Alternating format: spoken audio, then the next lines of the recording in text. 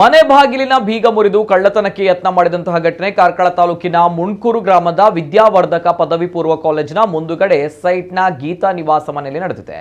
ಸುಂದರ ಕುಲಾಲ್ ಅವರ ಪತ್ನಿ ಗೀತಾ ಶನಿವಾರ ಮಧ್ಯಾಹ್ನ ಗೀತರವರ ಅತ್ತೂರಿನ ತಾಯಿ ಮನೆಗೆ ಹೋಗಿದ್ದು, ರಾತ್ರಿಯ ವೇಳೆ ಕಳ್ಳರು ಮನೆಯ ಮುಂದಿನ ಬಾಗಿಲನ್ನ ಮುರಿದು ಬೀಗ ಒಡೆದು ಕಳ್ಳತನಕ್ಕೆ ವಿಫಲ ಯತ್ನ ಮಾಡಿದ್ದಾರೆ. ನೆರೆಮನೆಯವರು ಮನೆಯ ಬಾಗಿಲು 2 ದಿನದಿಂದ ತೆರೆದಿದ್ದ ಕಾರಣ ಬಂದು ನೋಡಿದಾಗ ಮನೆ ದರೋಡೆ ವಿಚಾರ ಗೊತ್ತಾಗಿದೆ. ಸುಂದರ ಕುಲಾಲ್ ಅತ್ತೂರಿನಿಂದ ವಾಪಸ್ ಮನೆಗೆ ಬಂದು ನೋಡಿದಾಗ ಮನೆಯ ಮುಂದಿನ ಬಾಗಿಲನ್ನ ಮುರಿದು ಕೋಣೆಯಲ್ಲಿ ಕಪಾಟನ್ನ ಒಡೆಯಲು ಯತ್ನ ಮಾಡಿದ್ದಾರೆ. ಕಪಾಟು ತೆರೆಯಲಾಗದ ಕಾರಣ ಯಾವುದೇ ವಸ್ತುಗಳನ್ನು ಕಳ್ಳರಿಗೆ ದೋಚಲು ಸಾಧ್ಯವಾಗಲಿಲ್ಲ. ಮನೆಯ ಇಸ್ತ್ರಿ ಪೆಟ್ಟಿಗೆಗಳನ್ನು ಕಳ್ಳರು ಕೊಂಡೊಯ್ದಿದ್ದಾರೆ. ಘಟನಾ ಸ್ಥಳಕ್ಕೆ ಕಾರ್ಕಳ ಪೊಲೀಸರು ಆಗಮಿಸಿ ಪರಿಶೀಲನೆ ನಡೆಸಿದ್ದಾರೆ.